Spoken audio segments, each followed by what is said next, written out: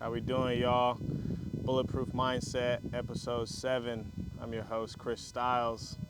Glad to have everybody here, all the viewers watching. You know, we like to talk about everything that nobody wants to hear, but you need to hear it. I'm here with a really good buddy of mine. Floor is yours, brother. Hey, what's going on, y'all? This is Maliik Love. We're in San Diego, California.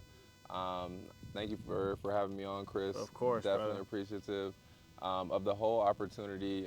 Nothing but gratitude.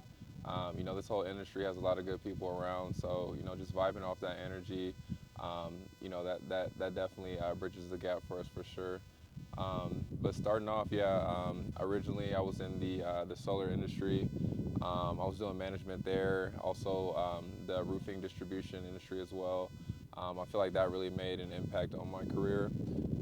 And then when I heard news about becoming an entrepreneur, I'd rather bet it on myself every single time. So that was the main motivation with that. 100%. Mhm. And I know for you, you got a little bit of a college sports background, don't you? Mhm. Yep. Yep. Go into it a little bit, there because, there's a lot of athletes out there and Mhm. you know what the transition's like. When sports are over, a lot of people don't really have that backup plan. Nobody, Yeah. a lot of people put all their eggs in that one basket. 100%. And as soon as you don't get drafted or as soon as you don't get that pro day, it's what's next. What was Yeah. the transition like for you there? Um, from the sports industry, I mean, it's crazy because when you're in sports for so long, especially playing at that competitive of a level, that becomes your identity. But getting outside of sports, of course, we're so much more. We had a lot of good foundation from before, so I think that transitions well into the business industry, Right. having that sports background for sure. Yeah, 100% having that mentality of, as an athlete, once you, Mhm. after high school, you're pretty much betting on yourself at that point Yeah, anyway. yeah, 100%. For you going into the solar, because you did door-to-door solar, right? No, heck no. I was doing distribution, so I was selling to like all the contractors, some homeowners, but mostly contractors we were selling to Okay, so large you were projects. you were mainly going kind of like corporation Yeah, rather uh-huh. than the industrial. Mhm, Okay, mhm. awesome. So when you were doing, solar, what was the real reason why you seen the opportunity which is presented in front of us now doing life Uh-huh. insurance? What really attracted you over here? Why make the switch? Um, Long story short, I had met someone randomly, and well, I don't believe in anything, any coincidences. So it was definitely the universe. I was manifesting something that, I could make my own. Previously, before this, I had a juice vegan food company. So I was running that full time, me and my family, and absolutely loved it, and that pretty much built the foundation of the entrepreneurship for me. I always Right. knew I wanted something of my own. So then coming into this, where there's no salary caps, reaching out to as many families as possible, and then recruiting at your own speed, building a business, having that flexibility for me was like what really brought me into it. Right. Yeah. Now and I know you said you had your previous company. Mhm. Where are you at now in terms of business? Because we got into the life insurance industry right around the Mhm. same time, Mhm. and a lot of people are, there's this stigma, I guess you could say, out there that, life insurance is a scam or what we do is, it's kind of bullshit, quote unquote. Mhm. What what really, in a sense, obviously, you had your business, you already knew what entrepreneurship really was. Yep. What was so unique about life insurance that really, because there's nothing sexy about selling Yeah. life insurance Yeah. whatsoever. What was it that really attracted you to this industry to be where you're at now, dominating as an individual, being among the highest producers in the industry? Um, I would say just the people. I mean, I've always wanted to work with families directly. So when I found this opportunity, it really made me become more humble, because helping families with this sort of service, I mean, they're trusting you, to lock in with them for the rest of their life. That if something happens to them, their family will be taken care of. Right. So Full access. yeah, full access. So I think that's what really hit home for me. Having those conversations, I mean, I wouldn't trade that for anything. Yeah, no, not at all. I think that's the biggest thing that I love about the industry too Mhm. is, don't get it twisted. We all get into sales because we want to make money. But this is a very unique situation where we do get to actually, help people. Yep. We're not just selling a product or, Yep. trying to make a sale. We're putting families in better positions. And I think that's why, a lot of people that are successful, it's because of that. Yeah, You 100%. want to see other people in better positions, which I know a little bit about, your kind of background in terms of, your belief of you have to be aligned 100%. And, I know it comes from, day-to-day habits, whether it's eating, working out, sticking to your work regimen. What is, how do you feel, I should say, your alignment with the universe and with yourself, and your spirit? How do you feel like that has, affected you or benefited you? Shoot, that's a great question. I mean, and everyone like will hit me up like, oh, let's train, let's do this and that.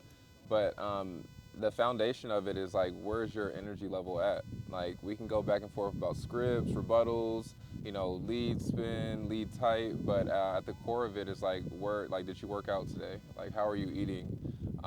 We're looking for sustainability over a large period of time. So taking care of yourself is the number one option, and that's what I preach for any new agents, anyone coming into the industry is like, you can't go and help another family unless you first help yourself. Right. So what does that consist of? Waking up. I'm 333 Financial, so waking up at 3:33 in the morning, in the rising, making sure, I'm doing my meditation, making sure, I'm working out, I do calisthenics. And then for eating wise, like I'm not eating, BS all day. I'm actually eating, whole food meals. So for the most part, just like fruits and vegetables. Right. Yeah. Now, before, because I know you always haven't, 333 always hasn't been your belief system. What was it that really, pushed you towards that? Was there someone that influenced you? Was there, you started seeing, signs, that were just quote unquote, coincidental? You look at them differently, or what really was it? Good question. Shout out to Dr. Sebi. That was like the first person that really like woke me up with the enlightenment of what are you putting into your body, because a lot of people, I think, we're in a conscious state that we're not aware that what we're putting into our body actually affects us directly, and how we act and how our energy level is. So keeping that vibration high is what really has brought everything. You start to attract at a really high rate when your vibration is at its highest. Right. Yeah. No. And I know you said, because I've always had, some interest in this as well. You said, and I've seen studies on this, you pick up the habits from the animals you're eating from. Yeah. Do you have a belief in that? Do you feel like, for example, someone that's, constantly eating pork, do you feel like someone is gonna inhabit, those habits of, a pig? Do you feel like those things are real? Somewhat. For the most part, like you just want to eat. So why I say fruits is because they grow the highest to the sun. And that's really what I'm looking for. You're looking to basically flush all the toxins out of your body. So eating fruits, with high water content, that's really going to flush everything out of your body. And that's the main goal there. And do you feel like, changing your belief system to this, do you feel like this has not only helped, your life, do you feel like it's helped with business and production? Do you feel like it's really changed? 100%. It's crazy because if you look at the numbers between, an agent that say might be struggling, and then look at the numbers of someone that's, consistently hitting their goals every single week. Well, what's the difference between the two? Well, let's look at their lifestyle. Let's look at their habits. Right. Let's look at their energy levels when they get into the office, and I guarantee you'll see a big difference there. Right. And are you, you have a really big team now in a matter of, us being in the industry in about 9 to 10 months. Are you pushing this same belief system on your guys as well? 100%. Hey, there's a sign on the office that says, do not come in unless you've worked out. Like, if you come in late type deal, you're hitting 100 push-ups or hitting some sort of calisthenics outside, and then you're coming into the office. No Right. BS. Right. Yeah. I feel like having that, system in place as well, that's going to build the foundation for those guys and get you to where, they're at as well. So I think for me, my biggest question and, what has always been a mystery to me is lead spin for you is pretty high up there. And for anybody that doesn't know what we do, we both sell life insurance for Fortune 500 companies. For you, do you really feel like lead spend is the deciding factor of how much you really produce on a month-to-month basis? Lead spin definitely has something to do with it. You know, how many families do you have access to reach out to, for sure. Um, Experience has, you know, more, I would say, more to do with it, because, you know, I can close more in a short amount of lead spin now than I could, you know, beforehand. So definitely Right. getting your reps up beforehand has a lot to do with it as well. But yeah, lead spin for sure. Yeah, 100%. And I think that's been something that like I've had to grasp because Mhm. I don't spend anything crazy on leads, and I'm Yeah. typically writing 40 to 50, but Mhm. I've always been curious because I mean, if you really look at it, yes, if you spend more money on getting prospects, it's Mhm. common sense. You're going to close more deals. For you, I mean, mentality wise, obviously, yes, meditation, doing your day to day, sticking to the Mhm. script, that's going to be huge. Yeah. But what are you really doing, to hone in on your mental, to really lock in mentally, physically, emotionally, spiritually, everything, so that when you talk to that next client, Mhm. they're getting 100% of Maliik Love. They're not Yeah. getting 50% or 25. They're getting everything you got. Yeah. Super What are you percent. really, what are you really doing to get there? I think a determining factor for and that is like letting your guards down and getting past the guard of the client, by being transparent. You know, having a tonality that, you know, someone that, you know, is trustworthy, is someone that, you know, is actually gonna help their family. Because if someone got on the phone with me stiff, like, I think I'll call you back, or I might hear you out, but like I'll think about it type deal. But like someone that you're gonna trust, you know, making the decisions or having some sort of influence on what happens to your family if something happens to you, whether that be on the living side or after you pass. Like I want to be on the phone with a gentleman that sounds, you know, the most confident. He might not know, you know, everything, all the answers, but he or she is transparent enough to, hey, give me 1 second, let me actually just check in for you. You know, doing those extra steps, making sure, you know, you've answered all their questions. Um, I'll drop a little bomb too. When I took my presentations to the next level, was becoming a good listener. Like I always thought like, oh, I gotta remember like all this and that. Like, no, just, you know, take your time and be a good listener. What are their true? Where's the gray area? All right, what is the picture that you're trying to paint for the family? So being a good listener is what took me to the next level presentation wise. Right.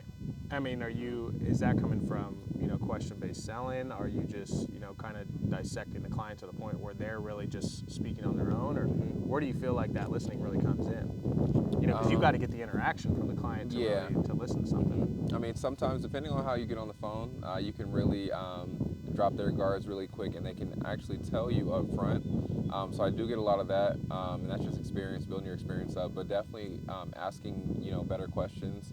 Whoever asks the, you know, the best questions usually helps the most families. Right. So digging in, you know, actually finding, because everyone thinks, you know, if something happens to them, you know, the family will just be okay, Right. type deal. Until we actually get to breaking it down, say they even had some protection in place. Awesome, that's a great foundation. Let's see exactly what it is you have. They might not even have the coverage that they thought they have. So now that puts a stamp on your game. You've actually done your due diligence to get out there and, you know, not necessarily you're trying to expose it, but you really want to see that they have the coverage that they need if something were to happen to them. Right. Yeah. And a lot of people, I feel like there's a misconception of what life insurance really is. Mm-hmm. Mm-hmm. Just briefly, so everybody knows, for viewers that have family or friends, because everybody can relate to this for the most part. Mm-hmm. At one point in your life, you've lost a loved one, and they either had life insurance or they didn't, Mm-hmm. or you went and started a GoFundMe. Yeah. Seen plenty of And that's the saddest thing. One of my buddies' moms just passed away, and it was the saddest thing ever. Him losing her, 'cause he's a really good buddy of mine. Mm-hmm. But seeing that GoFundMe page was probably the most devastating part. Yeah, probably. Was Yeah. seeing someone having to, Jeez. reach out and raise money to bury their loved one, put them down properly. Mm-hmm. Why do you feel? I mean, we know the answer. What do you think? Our viewers, everybody out in the world should know about life insurance and the importance of it. Um, that's the thing. People think of it as death insurance. It's life insurance for that reason. Like it's going to protect you not only after you pass, but you know on the living side as well. And there's vehicles that you know you can use to you know build some sort of cash value to make sure your family is going to be straight. You know on a permanent side. There's a million options about it. I mean, talking about it is okay. I think a lot of people are scared to talk about the facts, so I think that's why they're not open to it. But finding out about it sooner, I can tell you, is always better than later. I mean, Chris just shared that story. That was pretty dang powerful. Yeah. And I didn't know, like, when I got into the industry, my dad actually had protection plans on every single one of us coming into it. And so when I got into the industry, I found out about that, and I actually did the same thing for my kids as well. Make sure they had something in place. So by the time they turn 18, they're, one, they have a cash value that's built the whole time. Two, they're going to be protected for the rest of their life, and they don't have to worry about it again. Right. Yeah. Yeah, and it's just something that's it's a done deal. When you find the right agent, broker, whatever it is. I tell my clients that all the time. When we're on the phone today and we finish up here, you're never going to have to worry about life insurance again. We're getting everything squared away, and if you call me, it's because you have questions to either add coverage or you have questions about your policy. Yeah. It's not, I don't need it or anything like that. Like, I think a lot of people have a misunderstanding because a lot of things, like the government puts regulations on or tries to put, chains on. Everything I knew about life insurance before I got into it, was that it was a scam, was that it only pays out when you die, and that's ancient history. That's how life insurance used to be. As an individual, you're, like I said, among the highest producers in our company and other companies as well. What for you, really flipped that switch? Because for our first 3-4 months, we were competing neck and neck, 30, 40, 50K months every single month. What was it for you that, obviously presentation-wise, things are going to change, but, was it lead spend? Was it, switching up your pitches? Was it, trying to go get different sources of leads? What was it that really took that, that game for you going from 40 to 50 to, now producing $70,000, $80,000 a month? When you get in the groove of something, like when you're in the zone, like you really don't want to stop, especially after you help the first family. Like the ball's rolling now. Plus, I got a lot of people that believe in me, and I'm sure on this end as well. Like when you start recruiting for your team, like you're not going to eat unless your team eats, type deal. So being that role model for the rest of the team. They say that whatever you do, your team will probably do half of it in terms of what they're issue paying individually. So you want to make sure that you're, going out there trying to hit the stars. So that way, even if you fall short, like you're right there, doing 50, 60,000. Right. So repetition, I would say, but also that just going back into the energy thing, like what's going to keep you in the office for that long? Well, you have to be motivated. You have to be dedicated. You have to have some sort of foundation that I'm not short selling myself. I'm not hurting myself. I'm, a lot of self-love, meditating, yoga, calisthenics, whatever it is for you, going to the beach, doing that on a daily basis. That way you can, do this for a longer period of time. Yeah, 100%. And I know for you, your high belief on, putting in those hours. Are you, I know you get up at 3 o'clock in the morning. Are you typically, in office, 5 o'clock and you're ripping till, 8, 10, 12 o'clock at night? Or, what are your hours on a day-to-day? Because, a lot of people out there need to understand working the same workload as somebody else that's working 12 to 15 hours isn't always something that can fit, your mentality, your work schedule, your life. That may not be the person you are. What is it, what do your hours look like? And, voicing that towards other agents, do you feel like it's necessary? Yeah, for one, coming to the office, like guaranteed, if you take a look at, numbers across the board, agents that are coming into the office are, usually, doubling or tripling, their numbers from working from home. So I definitely harp on that all the time. But in terms of schedule, yeah, I'm usually in the office, usually on the phones by like 6. I usually do a workout, stretch, yoga, meditation. So I'm usually on the phone by like 6. And then from there, I usually take a break midday. I don't have any windows in my office right now, but getting out, it's a sweatbox in there. Getting out, getting some sun, reset, and then getting back on the phones after you reset. I'm usually on the phones until like 4:30. I work a lot of East Coast, so 4:30 is usually my cutoff. Then I'll switch to Central for a little bit. So I'm usually done by like 5:36, and then usually take care of some back office if I have some training for agents. And then some agents stay a little bit later if they're working in a different state. So usually in the office about 6:30. Okay. So typically working about 12-hour days? Yeah, anywhere between 10 to 12. Yeah. Okay. I mean, do you feel like that's necessary to really get to where you want to be? Depends on what your goal is. Like if your goal is to just come in here and be average, or if your goal is just to worry about personal production, or if your goal is to worry about your team. Like so, it depends on everyone's situation. Depends on the leads that you're running. Are you buying fresh leads? Are you buying age leads? Um, and that's really how you're going to set your schedule. So it doesn't really matter how much time. I would say minimum at least 5, but it depends on the experience of an agent. But coming into just starting out, I mean, you want to give it your all. You want to hit the ground running. So starting out, I definitely suggest anyone. I'm recruiting coming in 10 to 12 hours. I want to see if this is something that is going to stick with you, or are you really just going to get in here and fall off? Right. Because I feel like that's a trend in this industry. A lot of people see how much money we make, and it sounds really good. When you tell somebody, I make 40, 50, 60, $70,000 a month, an idiot is going to give you attention. Yeah. It's why do you think it is that we have such a high fall off rate with people right at first, when they get those courses, when they get that test, or why do you feel people fall off in that transition of, hey, this guy makes this much money, I would love to make that? Why do you think it is that people just fall off and forget about it? Yeah, good question. I think maybe a lack of self-belief, in yourself. But also too, you got to keep in mind, like a lot of people came from, working from, say a corporation or just another company itself, and then switching into something that, is all on your own. I remember when I first started my last company, and I quit the corporate job I was with. I was making, really good money, maybe 120, 130. And I switched into straight entrepreneurship. And I remember the day I switched, I'm thinking like, damn, this is a little nerve-wracking, but at the same time, it's like, damn, am I gonna believe in myself because I did before I, quit the other day? Like, am I gonna have this same belief all the way through? So I changed my mentality immediately, and that's what helped me, elevate to the next level.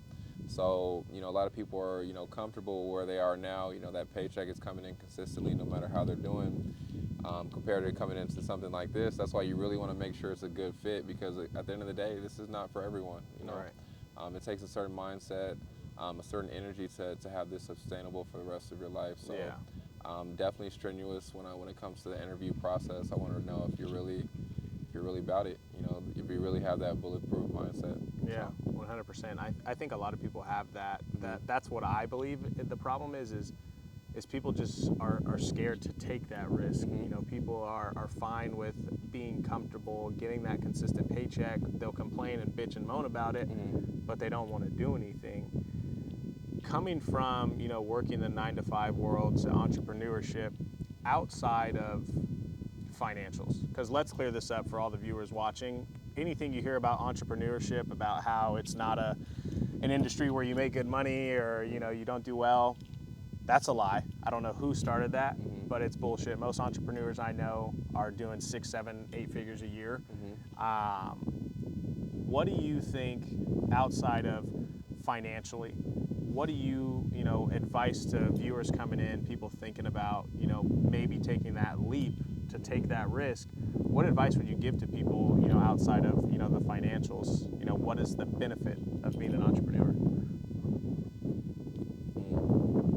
I mean, of course, there's pros and cons to everything. So it's really taking a deep dive into their current schedule. Like, is this something that you want to try to give a test run, or is this something that you're really going to take a leap of faith and dive head into? Because the people that are around me, like, I only want people that are going to dive straight in, because I'm not trying to waste anyone's time or energy. So I want to make sure that if this is for you type deal, like I've exposed everything for you. I've let you know every single angle, every single, in and out. I definitely undershoot people when they ask me, how much will they make? Well, I'm going to undershoot them. Why? Because I want to see them exceed their goals. Right. And that's why I really go into a deep dive on schedule. It's like, I really want to see, is this something that's going to work out for you? Or, because I don't know, people come in and want to do like part-time work and then want, full-time results. So that's the saddest thing. It's and I seen you post that the other day, and I was laughing because I was having problems with agents that are on that same frequency. It's like you're busting your ass 4 hours a day and wanting to get the results of the guy who's busting his ass 12 hours a day. Like, first of all, it's possible, Yeah, it's but you definitely got to possible. be the best in your industry at that point. You know, perfect example, you know, Steve Giordano. Steve is still working 8, 10, 12-hour days. He's the highest producer in the company. He's one of the highest producers in insurance, period. Why is it that, you know, people think this guy is still busting his ass, but I don't have to do it. I can cheat myself up. You know, I just never understood that. And, you know, just wanted to piggyback off that. I mean, do you feel outside of, you know, taking that financial risk, I mean, do you really feel like entrepreneurship is really as big a risk as people say it is? You know, is betting on yourself really that big of a risk? Um, that's a good question. I wouldn't say a risk, but I would say, shoot, how much inner strength, how much inner composure do you have to be able to make something like this happen? Because trust me, you're gonna if you go off of emotions, you're gonna ride the up and down the whole way through. Yeah. Like staying level, staying level headed is what's gonna get you through this industry and any sort of entrepreneurship, because you're gonna have your ups, you're gonna have your downs, but staying right in the middle, as long as you're putting in that same productivity every day, like you'll be just fine. Like no matter where you start out, you're doing your $300 every single day. Well, you're guaranteed to run right into the families that need help. So just worry about your productivity. Don't worry about how you're actually performing. And do you feel like this is numbers Yeah, I rather definitely. than a skill set? A little bit of both, and why the numbers come into play is because that's going to give you plenty of repetition to where now you're at a point, 2-3 weeks in, well, man, I've ran into this situation a couple times. I've been speaking to, my mentor, whoever it is. So, checking in with him or her, and to make sure you're not repeating the same sort of cycle, because you're going to keep getting better every single presentation. Take what you learn from one presentation into the next. No matter if you sell it or not, if you're getting better, like that's what fires me up. Right. 100%. And, kind of closing out here, this is, something I've always wanted to ask you, even before we started the pod. What does it really take to have a bulletproof mindset? Not just in business, but in life, with your personal self, with your family, with your friends, everything, just as a whole, to, be the best man or woman you can be. Bulletproof mindset. I would say mind, body, and spirit. You're treating each with respect. Taking care of yourself, taking care of your spirit, your mind, your family.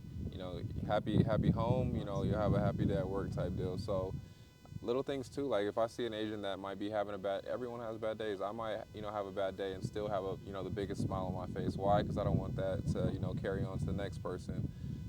So if I see an agent that's kind of like giving himself or herself a hard time, it's like, hey, let's step out for a second. Let's get some sun. Let's do some breathing exercises. Let's pick your vibration up, so that way when you get back on the phones, like that energy is transferable. So what a bulletproof mindset is keeping your composure. It's organizing your schedule in a way that is going to allow you to win. And how can you do that? Well, checking with your mentor, someone that brought you, and someone that's doing it before. So that way you give yourself the best chance at bat there. Couldn't have said it better myself. Yeah. I think that's the best one I've heard so far. And Maliik, I'm very grateful. I know you got a busy schedule. So, guys, anybody that's on here, getting this man to step out of that office is very hard to do. So, it's been a blessing, brother. I always love our conversations, and I'm happy for everybody that was here for episode 7. We'll see you guys next week, 10 a.m. Love you guys. Bulletproof mindset. See you guys next week.